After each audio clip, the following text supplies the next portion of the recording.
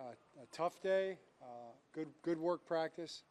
This is an important week for us to try to improve and get better. I thought the guys were very intentional about trying to do their best and get better today. So we'll be tomorrow doing shells. And then what questions you have? John, I think we might talk a little bit about yesterday. I mean, is this going to be in your mind like the last kind of full camp mode week, and then next week goes out of it, or how do you have that kind of plan? Well, yeah. I mean, you're never really out of it until after the last preseason game. Okay. So it's a little bit different schedule next week, but it's still I would still consider it camp. Yeah.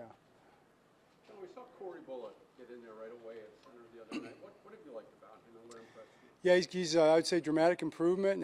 Just works hard, so hard all the time, and it's showing up in how he's playing center and guard, both guard and center positions, and has just done well. I see him blocking people. That's usually a pretty good. I don't know. Is that what linemen do, right? They block. So he's making a lot of blocks. John, we saw that Longerbeam had to go on IR. Did that just end up being worse than you guys initially thought, or what happened? It's a long story. You know what I mean? Okay. It's just a long story, and you can. I really couldn't even explain it to you. As much as I might want to, I couldn't explain it to you. So it is what it is. You haven't heard that from me ever, have you? Until now.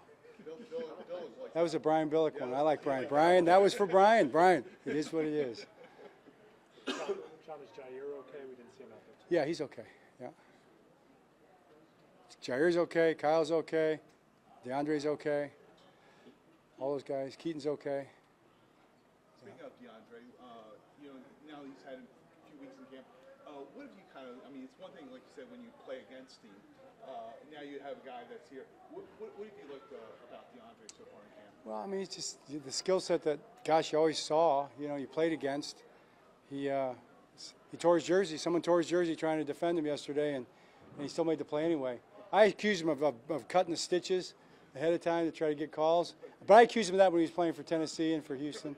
So, but no, he's the same, guy, does the same things really, really well.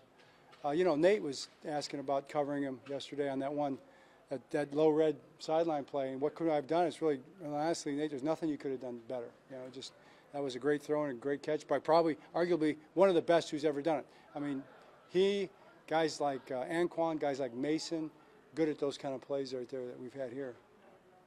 John, we saw Malik Cunningham take a snap or two down in the red zone there. Was that just kind of thrown in there, or is that something different with his usage, his plan going forward?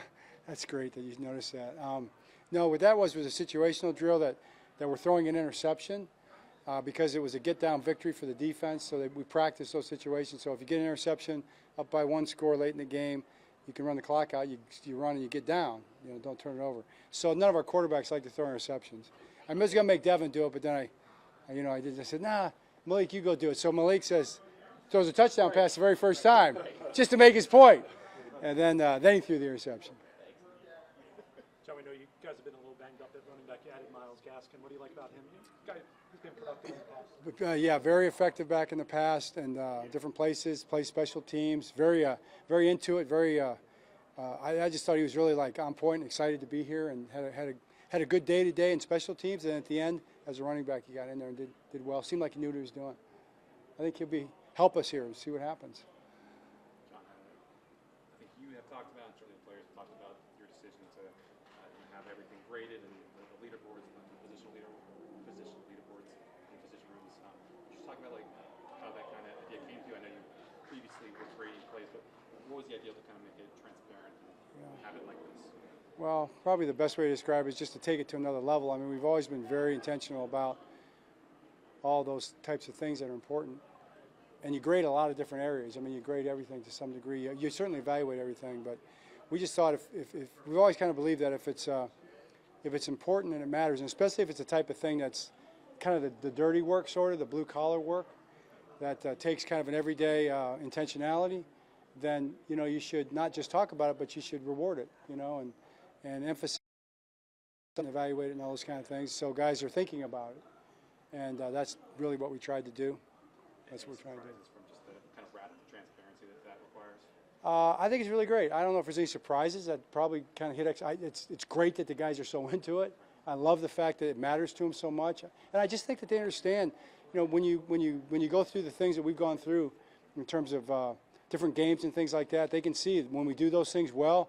You know, sometimes, most of the time, the game's not even close. You know, and we don't do those things well. You know, we haven't been blown out, but we've given teams a chance to beat us. So that's where we want to be intentional and just be at our best in all the little things that matter as much as we possibly can. You know, I'd like to be the best in the league at turnover margin. I'd like to be the best in the league at fewest penalties. You know, like to be the best in the league at running to the ball or tackling or blocking or whatever it might be, because those are the things that, you know, are impactful to the game. John, we saw Adisa Isaac and Carson Vincent have a lot of good matchups, a lot of very spirited pass rush reps today. What are you seeing out of both of those players, and specifically Vincent? How do you feel like he's done coming into the league? Yeah, well, I think he's a developmental player who's done well, and you know, he's a step up. It's a step up for sure.